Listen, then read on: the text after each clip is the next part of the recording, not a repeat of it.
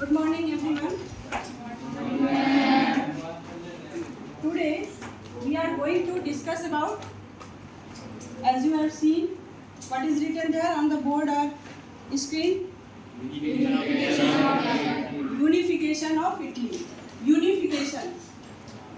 Unification also meaning से समझ में आ रहा है. यूनाइट, एक यूनिट बनाया. Occasion that's mean process.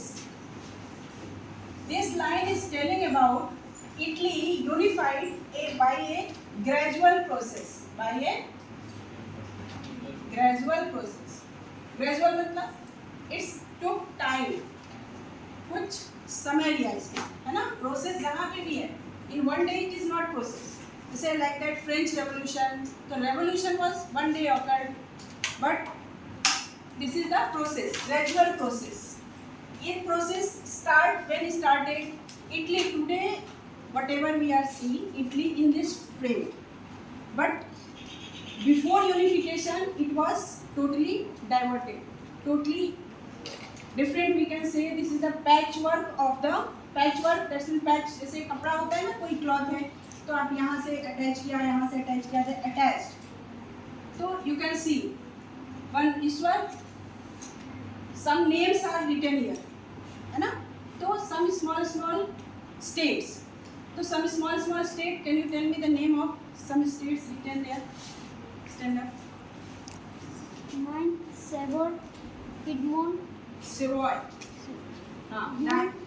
Lombardy, Parma, Modena, Tuscany, Tuscany. Papal State, Rome, Sardinia, Naples, Sicily. Sicily, Oh. Venice. हाँ, ये वेनिस है, जिसको वेनिशिया आपकी बुक में लिखा है. इसे पुराना नाम वेनिस ही है. तो रोम, आपने नाम सुना होगा रोम का, है ना. Have you heard about Rome? तो in the 3rd century, 2nd century to 4th century BC time, Roman Empire, it was the part of the Roman Empire. What? Present Italy. Present Italy आप देख रहे हो. Present Italy was the part of whom?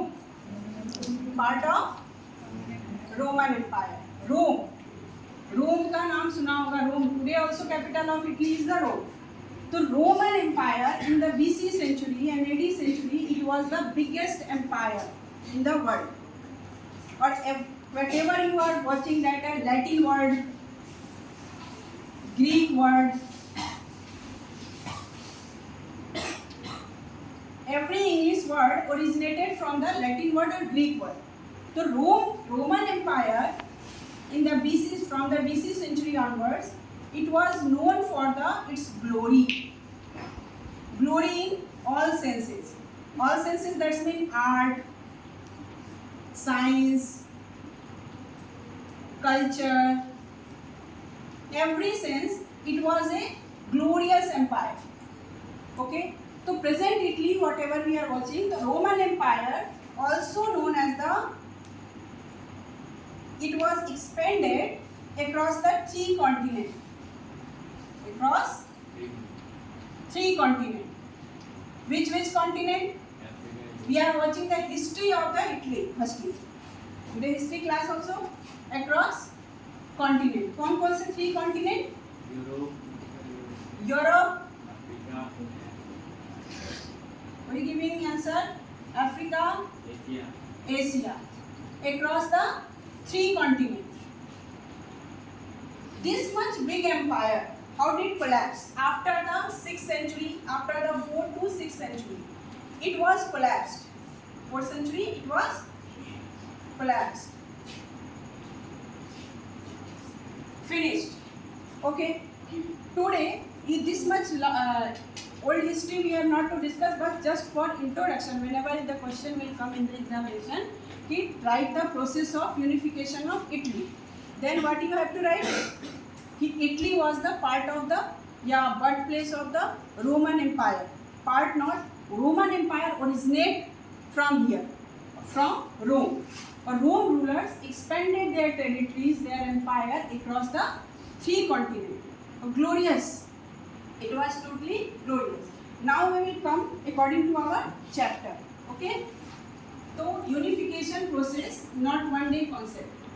Last chapter, last topic we have discussed about the Napoleon. Class 9, we have discussed Napoleon. Ruler of whom? France. So France, that means Napoleon III. Napoleon from your chapter, according to 10th class, Napoleon. Whom Napoleon? Not Napoleon III. We are talking about Napoleon Bonaparte.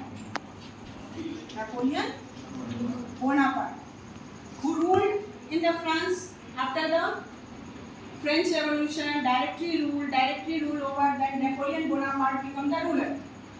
9th class we have discussed. This is in 10th class. Napoleon Bonaparte captured one by one. Here, firstly we will see unification of Italy. That this side France, Italy ke that side. This is France. This side ocean. This side ocean. कौन सा ocean है? Mediterranean Sea. Sea. This side also sea, Mediterranean Sea. Italy, Roman Empire, also known as the heart of Mediterranean Sea.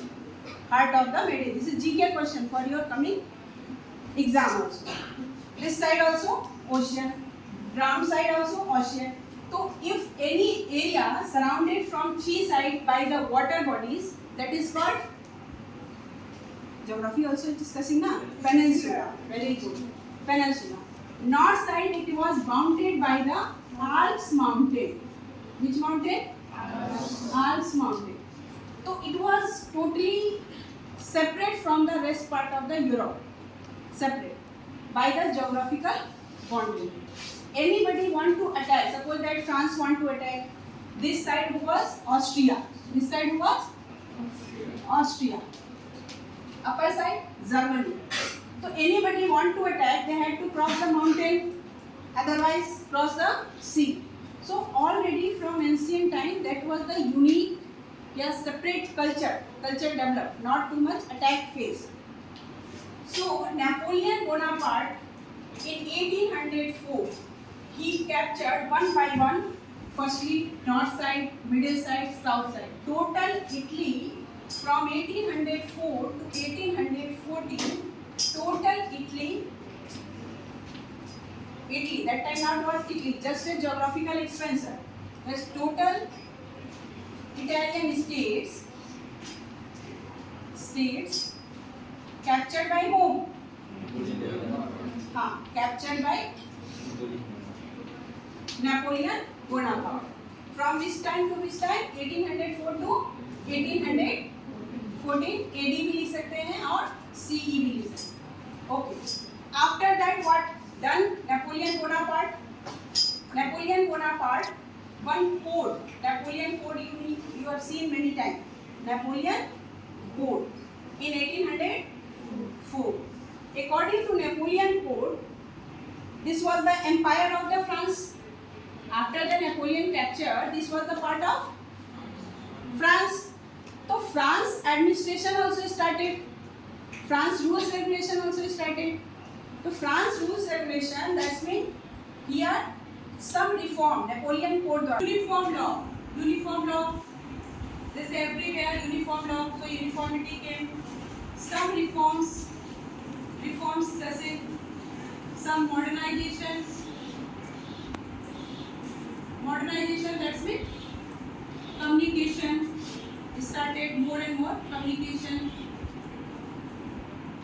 So at one time unification started. In which way? Napoleon just started the unification. Previously this all area were ruled by different way. But in all area came into the France rule, and France rule after this area uniform law came. This is suppose that some tax barriers also removed. barriers. This you have to write कि what had done Napoleon before unification. अभी हम लोग क्या पढ़ रहे हैं? Before unification.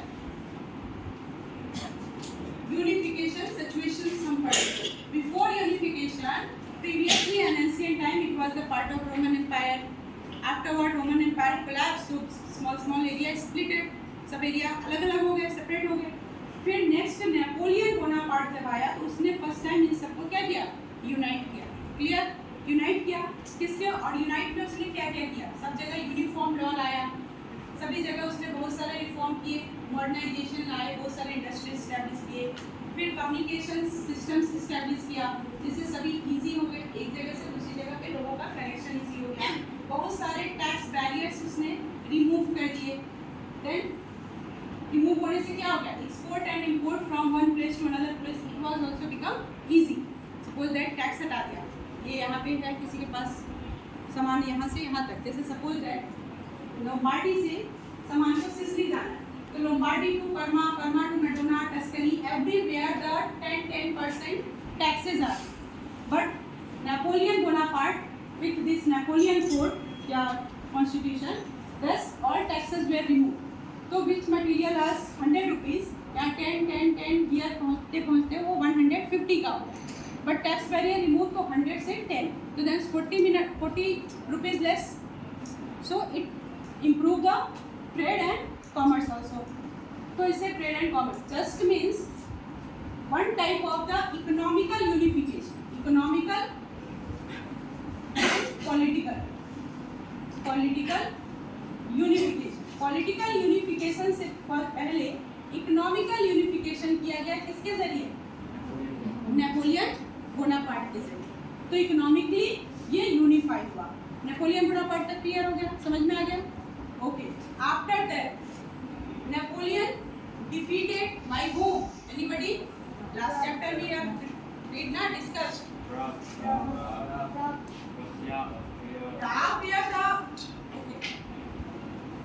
Napoleon Bonaparte defeated because in the leadership of Napoleon Bonaparte, France was becoming a big challenge towards the all European countries. Big power बन चुका था because Napoleon defeated Germany area, some Poland also captured. Poland was the part of the Russia that also captured. So Napoleon Bonaparte become big power in the Russia. Yeah, mighty power we can say, mighty power in the Russia. Okay, sorry, in the Europe. So all European countries wanted to defeat him. Okay, so he defeated. Napoleon Bonaparte defeated where? Waterloo. Battle of Waterloo. In which year? से बोलते हैं battle of Waterloo. 1800 what? 14 or 15? 1815. Okay, तो ये सब GK question है ना, 1 mark question. After that who defeated by whom? ये भी लिखना है. बाय प्रशिया, जिसे आज हम क्या बोलते हैं? Today Germany. Okay, Russia plus Britain, Russia. अच्छा, पहले रशिया लिखना था, है ना? रशिया, फिर ऑस्ट्रिया. इसको शॉर्ट में क्या बोलते हैं? प्राग. हम लोग पहले पढ़े हैं. प्राग क्या था? वियना कॉन्ग्रेस पढ़ा था, है ना? तो ये सारे ने डिफीट किया. ये मेजर कंट्री थी. Not only this country, other small country also participated. Like that Sardinia also participated. Some troops थे देयर. ओके, तो that time period these country become the major portion. They made where? They made Prague made where? Vienna. Vienna, where is Vienna? Vienna क्या है भाई? Girl side, anyone? Platina, Vienna what is? Vienna means what? Vienna क्या है?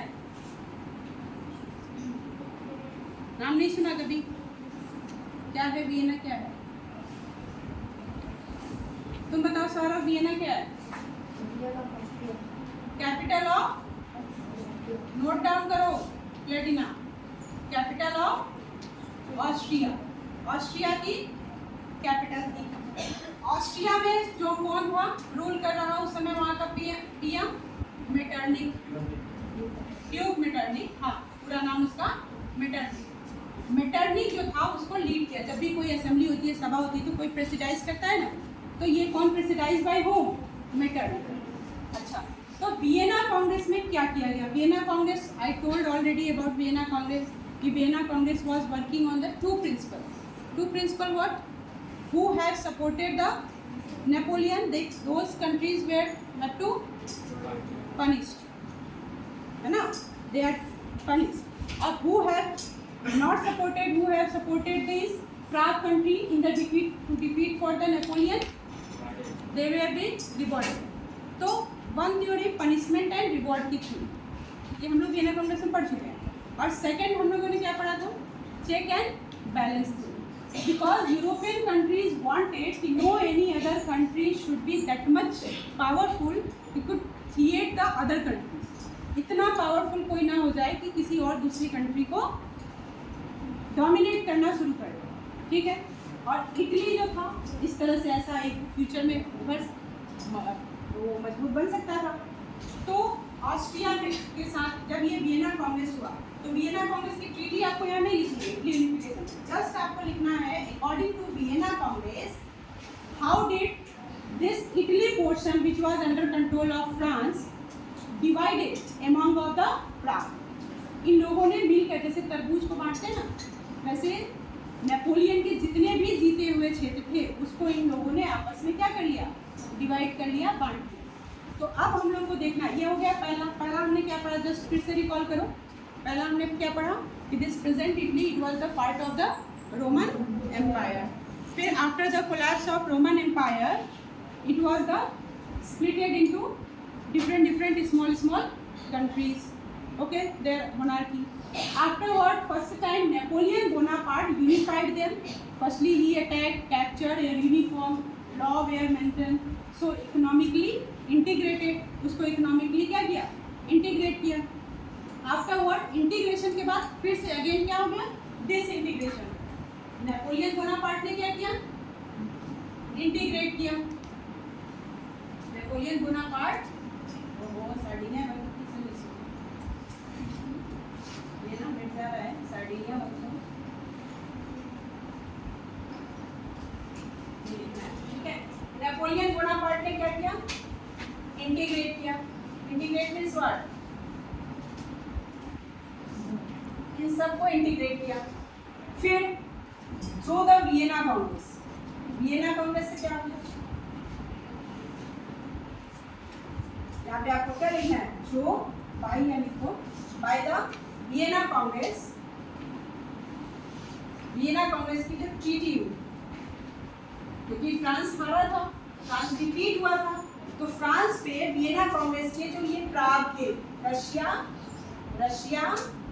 Austria and Britain, इन लोगों ने harsh treaty की। Some area where dead, France ने जो एरिया जीते थे, उसने जर्मनी का भी कुछ एरिया जीता, पोलैंड भी जीता था, तो वो सब पोलैंड जो है फिर वापस रशिया को दे दिया गया। चलो हमें पूरा वियना कांग्रेस नहीं पढ़ना है, यहाँ पे हमें क्या पढ़ना है? राइट में सब नोट भी कर रहे हो ना? तो इसमें हमें क्या देखना है कि वियना कांग्रेस के थ्रू क्या क्या हिस्सा किसको दे दिया गया। तो इटली जो है, प्रेजेंट इटली जो देख रहे हो, इटली को 3 पार्ट में डिवाइड किया। इटली डिवाइडेड इनटू 3 पार्ट, इसको 3 पार्ट में डिवाइड कर दिया, ठीक है। कौन कौन सा part? Northern Italy, middle Italy और साउदर्न इटली, इसको 3 पार्ट में डिवाइड किया गया। किसके द्वारा? By the Vienna Congress. Northern Italy में कौन कौन से थे स्टेट्स? आपका हो गया लोम्बार्डी, फिर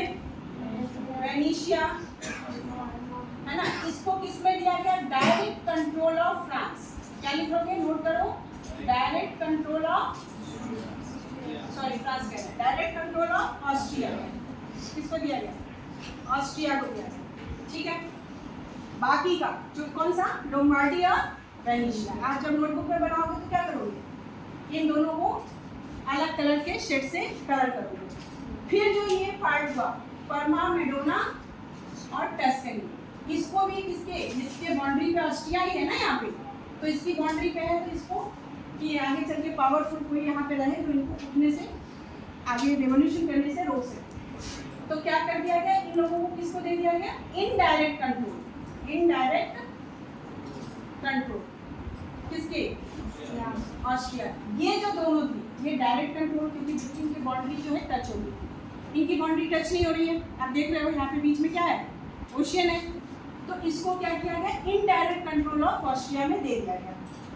जो बीच का स्टेट था, जो क्या था, पेपल स्टेट, है ना, बीच का स्टेट क्या था, ये पोप के अंडर में था। अब पोप क्या होते हैं, वो रिलीजियस हेड ऑफ क्रिश्चियनिटी होते हैं। आप न्यूज़पेपर या टीवी में देखा होगा, रोम में जो है पोप रहते हैं, तो ये पूरा का पूरा एरिया जो है, जो पूरी क्रिश्चियन कम्युनिटी है पूरे वर्ल्ड में, ये उसका मेन सेंटर है।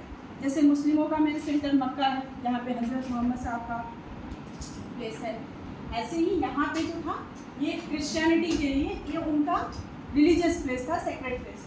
तो इसको रिलीजियस प्लेस को क्या किया गया, नहीं टच किया गया, और उसका जो मेन सेंटर था रोम था। ये जो है पूरा इंडिपेंडेंट रहा, इसको कुछ नहीं किया गया। दूसरा है साउदर्न, साउदर्न में कौन कौन है, सिसिली और नेपल्स। साउदर्न में कौन कौन आ रहे हैं, सिसिली और नेपल्स। तो यहाँ पे क्या है, फ्रांस में नेपोलियन के पहले, जब फ्रेंच रेवोल्यूशन के पहले, ठीक है, जो कंजर्वेटिव रूल स्टैब्लिश किया गया। तो कंजर्वेटिव कैसे, उस समय का बोर्बन डायनेस्टी, यहाँ पे कौन सी डायनेस्टी स्टैब्लिश की गई, बोर्बन डायनेस्टी। और इसके शासक किसको बनाया गया, नेपोलियन थर्ड को। अब इसका नाम याद रखना है, नेपोलियन थर्ड, उसका नाम याद रखना है, उसके कंट्रोल में दे रहा है। और नेपोलियन थर्ड कहाँ रूल कर रहा है, फ्रांस में। मतलब नेपोलियन थर्ड जो है, ये जो बंदा है वो कौन है, नेपोलियन थर्ड है, जो कब बना है, 1848 के रेवोल्यूशन के बाद। जब हम लोगों ने फ्रेंच रेवोल्यूशन पढ़ा था ना, उसके बाद ये बना था 1800 कॉन्स्टिट्यूशनल मोनार्की के थ्रू। तो ये 1848 से लेकर के 1871 तक यहाँ रूल करता है नेपोलियन था। तो उसके कंट्रोल में दे दिया गया, ठीक है। उसने अपना एक बंदा, he has sent one representative in the Sicily and Naples in the on the behalf of the Napoleon III who was ruling, ठीक है, उसके अंडर कंट्रोल में दे दिया गया। ओके, तो अब बच गया क्या, बताओ भाई सौरभ, कुछ बच गया इसमें से, कुछ भी नहीं बचा। कोई और बताओ भाई, पॉल क्या बच गया इसमें, सार्डिनिया एंड पिडमॉन्ट। तो ये सार्डिनिया और पिडमॉन्ट जो थे एक्चुअली एक में ही थे, और यहाँ का जो राजा था, सार्डिनिया का जो रूलर था, उसका नाम क्या था, इमैनुअल, विक्टर इमैनुअल सेकंड। इसने जो है इनकी हेल्प की थी नेपोलियन को हराने में। इसको इन्होंने कुछ नहीं किया, इनको इंडिपेंडेंट छोड़ दिया। तो ये साउदर्न इंडिया। अब ये समझ में आ गया कि वियना कांग्रेस से कैसे इसको बांट दिया गया। वन टाइम नेपोलियन यूनाइटेड, आपको सपोज दैट कि किसी ने यूनाइट कर दिया, some time some relaxation, some unification you have enjoyed, और suddenly one person come and again divided to you, then all time you will try to become independent, to become unite or not.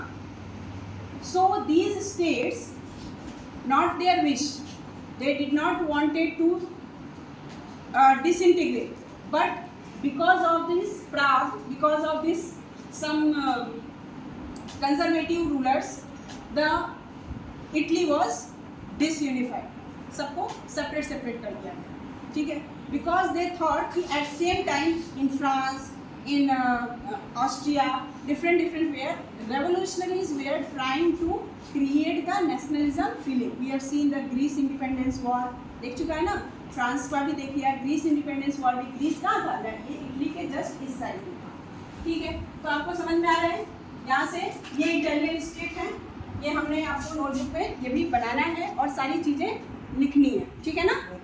तो ये क्या है, ये सारे colour different different colour से आपको क्या करना है, दिखाना है, ठीक है। अच्छा, अब इसके बाद का अगला स्टेज, अब हम लोग पढ़ते हैं phases of the Italy unification. इतना तो हो गया, सबको अलग अलग कर दिया। ये before unification of Italy. Now unification process started by in which way, ठीक है, करेक्ट। बिफोर यूनिफिकेशन है, अब यूनिफिकेशन। अब you noted on all you, हाँ। तो अब हम लोग देखेंगे different phases of unification. What we will see, different phases of unification.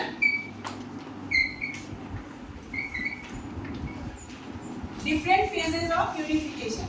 Unification में 3 phases, जैसे 3 का कॉन्सेप्ट बहुत अच्छा है। Unification में 3 leaders हैं और 3 phases हैं। फर्स्टली नोट कर लो कौन कौन से 3 phases हैं। ये फर्स्ट फेज है। फर्स्ट फेज जो शुरू होता है आपका वो 1858 टू 1859 है, डेट भी इम्पोर्टेंट है ना हिस्ट्री में। फिर सेकेंड फेज स्टार्ट हो जाता है आपका 1860 टू 61 में। और थर्ड फेज जो होता है, लास्ट फेज जो होता है वो आपका होता है 1870 टू 70, ये 1866 देखो, 64 टू 66, 1864 टू 66, और ये 1870 टू 71। मतलब यूनिफिकेशन जो है कंप्लीट हो जाता है आपका 1871 में। ये 3 फेजेस आपको याद रखने हैं। अच्छा, 3 वो कौन से लीडर्स हैं जिन्होंने यूनिफिकेशन में, एक तो है सार्डिनिया का किंग। सार्डिनिया का किंग जो है मेजर रोल प्ले, ये कौन है, सार्डिनिया किंग। सार्डिनिया किंग जो है, क्या नाम था उसका, क्या नाम है, विक्टर इमैनुअल। हाँ, तो इसका नाम याद रखना है हमेशा। That person was so much ambitious. और इसको जो हेल्प करता है, जो इसका पीएम होता है, पीएम दैट प्राइम मिनिस्टर, जिसका नाम क्या होता है, ठीक है। तो अब हम लोगों को देखना है कि Wick कैवो who was the PM supporter, like that Indian history हमने देखा ना, Mauryan Empire was founded and expanded by whom? Chandragupta Maurya. But with the help of, with the support of whom? Chanakya. तो Cavour also known as the Chanakya of Italy. Chanakya of, ये भी GK का question है। Chanakya of Italy. Chanakya क्या था, mind लगा। तो Cavour also was the mind, जिसने सार्डिनिया रूलर को क्या किया, प्रेरित किया, है ना, कि you have to come forward, आपको आगे आना चाहिए, and in your leadership you can do it, you can unite the whole Italy, आप इटली को यूनाइट कर सकते हो, ठीक है। Because why, because Italy already was sometime united economically. Now you have to do politically unite, and all peoples wanted to throw out the foreign captures. Foreign captures, that means you can see the whole North India was captured by whom? Austria after the Vienna Congress. Total South India was occupied by whom? France. तो 2 foreign control था उस पर, एक north side से Austria और south side से France. तो foreign के कंट्रोल से हमें क्या करना है, इंडिपेंडेंस लाना। It is the wish of the peoples also, तो यू शुड कम फॉरवर्ड, आपको आगे आना चाहिए। और कैवोर ने ये अपना दिमाग लगाया, ये कहा जाता है माइंड। अच्छा, यूनिफिकेशन में इनका ही रोल नहीं, जैसे हमारा नेशनलिज्म इंडिया हम पढ़े, तो भारत में केवल गांधी जी की वजह से कुछ सुनता ही नहीं, अदर्स भी हैं। तो एक है आपका, ये तो है डिप्लोमेट। डिप्लोमेट जैसे ये डिप्लोमेटिक स्किल है, किसकी डिप्लोमेटिक स्किल किसकी ने लगाई है, कैवोर ने। और एक और आइडिया है रेवोल्यूशनरीज आइडिया। तो हमारे इंडिपेंडेंस में भी क्या है, रेवोल्यूशनरीज है। रेवोल्यूशनरीज में कौन कौन है, 2, क्या नाम है, GU, SB मैजिनी, मैजिनी, और दूसरा कौन है? Giuseppe Garibaldi. ये दो का नाम याद रखना है। एक्चुअली कहा जाता है because of Garibaldi, because of Mazzini and because of Cavour, these three are the main architect of Italy, जिन्होंने इटली को यूनिफाई किया। ये सब जीके क्वेश्चन से याद रखने एग्जाम में आएंगे। Which three are known as the architect of the Italy? तो first one Mazzini, Mazzini was the great thinker। ये दोनों जो है रेवोल्यूशनरीज आइडियाज है। मैजिनी का हम काम देखेंगे, गैरिबाल्डी का काम, फिर हम यूनिफिकेशन पढ़ेंगे। थोड़ा सा हम इसमें फिर बैठ जाते हैं आजकल की फिल्मों की तरफ। स्टोरी आई है ना, फिर क्या होते हैं, रिवर्स गियर में जाके 10 साल पुरानी 20 साल पुरानी स्टोरी देखेंगे, है ना। तो ऐसे थोड़ी देर के लिए हम लोग क्या कहते हैं, यूनिफिकेशन ऑफ इटली को यहाँ पे रोकते हैं। और क्या हो गया तुम्हें, फिर इसमें हम देखेंगे तो मैजिनी कौन था। तो Mazzini also were revolution, just a factory worker, काम करने वाला।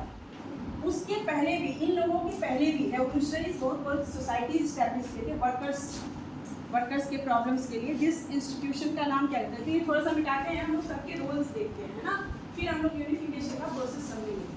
तो मैजिनी का क्या रोल है, इस पे भी सेपरेट क्वेश्चन आएगा। कैबूर का क्या रोल है। तो ये 3 पिलर्स बना लेना आप एग्जाम में। क्या करना, यहाँ पे घर बनाना, इटली वाला घर, और यहाँ पे क्या बना लेते हैं, 3 पिलर्स। 3 पिलर्स में किसका नाम रखना है, दो रेवोल्यूशनरीज हो गए, है ना, ये रेवोल्यूशनरीज हो गए, और ये कौन सा हो गया, डिप्लोमेसी। तो इसमें आपको काउंट काबूल का नाम रखना है, और इसमें क्या रखना है, मैजिनी। क्यों भाई, गर्ल्स दिख रहा है, मैजिनी और गैरिबाल्डी, ठीक है। तो गैरिबाल्डी का रोल देखना है और मैजिनी का रोल। तो मैजिनी जो था, उसने बहुत सारी सीक्रेट सोसाइटीज स्टैब्लिश की और रेवोल्यूशनरीज आइडियाज दिए। सीक्रेट सोसाइटी किया जिसमें उसने रेवोल्यूशनरीज आइडियाज दिए। तो रेवोल्यूशनरीज आइडियाज में क्या होंगे, revolutionaries ideas that's mean we should fought. जैसे इसका मेन टारगेट क्या था, इटली में डेमोक्रेटिक रिपब्लिक स्टैब्लिश करना, डेमोक्रेटिक रूल और republic rule of the public, इसको स्टैब्लिश करना था जो इसका टारगेट था। बस इसका आइडिया डिफरेंट था। आइडिया डिफरेंट क्या है कि without support of the public we can't do anything. और क्रिएटिंग द नेशनलिज्म, तो नेशनलिज्म क्रिएट करने के लिए उसने सीक्रेट सोसाइटी क्या ज्वाइन कर लिया, कार्बोनरी, जो कि वर्कर्स की सोसाइटी थी, जो वर्कर्स के राइट के लिए लड़ती थी। इसका ये पार्ट बन गया। ओके, आफ्टरवर्ड जो भी रूलर्स हैं वो इस रेवोल्यूशनरीज को तो देखते नहीं ना, अगेंस्ट द गवर्नमेंट देखे, तो कई बार इसको जेल भी जाना पड़ा। उसके बाद इसने कार्बोनरी को चेंज करके क्या बनाया, यंग इटली। क्या नाम बनाया इसका, इटली, यंग इटली, और एक यंग यूरोप। वेरी गुड, पर क्या है, यंग इटली और यंग यूरोप, ये सब 2 संस्थाएं हमने उसने बनाई। इसी के तहत पे आपको देखा गांधी जी ने भी क्या बनाया था, यंग इंडिया नाम। और इसने जो है न्यूज़पेपर भी स्टार्ट किया इसी नाम से। तो ये कार्बोनरी ऑर्गेनाइजेशन जो कि सीक्रेट सोसाइटी थी, अब किसमें कन्वर्ट हो गई, यंग इटली और यंग यूरोप, ठीक है। तो ये मैजिनी का रोल था जिसने लोगों में रेवोल्यूशन के लिए भावना क्रिएट किया। गैरिबाल्डी ने क्या किया, आर्मी के थ्रू, जैसे हमारे नेताजी सुभाष चंद्र बोस ने, इसने जो है रेड आर्मी क्रिएट, रेड मतलब रेवोल्यूशन, क्रांति, रेड आर्मी, रेड आर्मी भी कहा जाता है उसको, और रेड शर्ट आर्मी, क्योंकि वो लाल रंग के कुर्ते पहनते थे, और लाल जो होता है ना डेंजर का है, डेंजर मतलब रेवोल्यूशन का प्रतीक। ये तो इन तीनों, इसने आर्मी के through some areas wanted to capture and throw out the foreign invasion, foreign वो लोगों को भगाना चाहता था। तो ये एक अलग तरीका, जैसे सुभाष चंद्र बोस थे तो उन्होंने कैसे INA स्टैब्लिश किया था, आर्मी स्टैब्लिश की थी ना, जिसको इंडियन नेशनल आर्मी कहा जाता है। Like that. तो गैरिबाल्डी वहाँ का सुभाष चंद्र बोस, ठीक है। जो मैजनी है वो थिंकर्स हैं, राइटिंग्स लिख रहे हैं, उसके जरिए उसने करना है। और कैबूर क्या है, ये इटली का चाणक्य है, मैंने बताया। Cavour knew very well, Cavour monarchy ही चाहता था। Cavour was not interested in the democratic republic, but for long time he could not deny this idea which were going on all over the Europe. So Cavour ने try किया कि Italy, before the making of Italy, firstly Sardinia and Piedmont should be strong in their leadership, Italy could be unified. Otherwise Sardinia के अलावा no any other ruler, है ना, that much powerful who could unite the Italy. तो Sardinia के ruler को उसने emphasis किया कि यू शुड बी द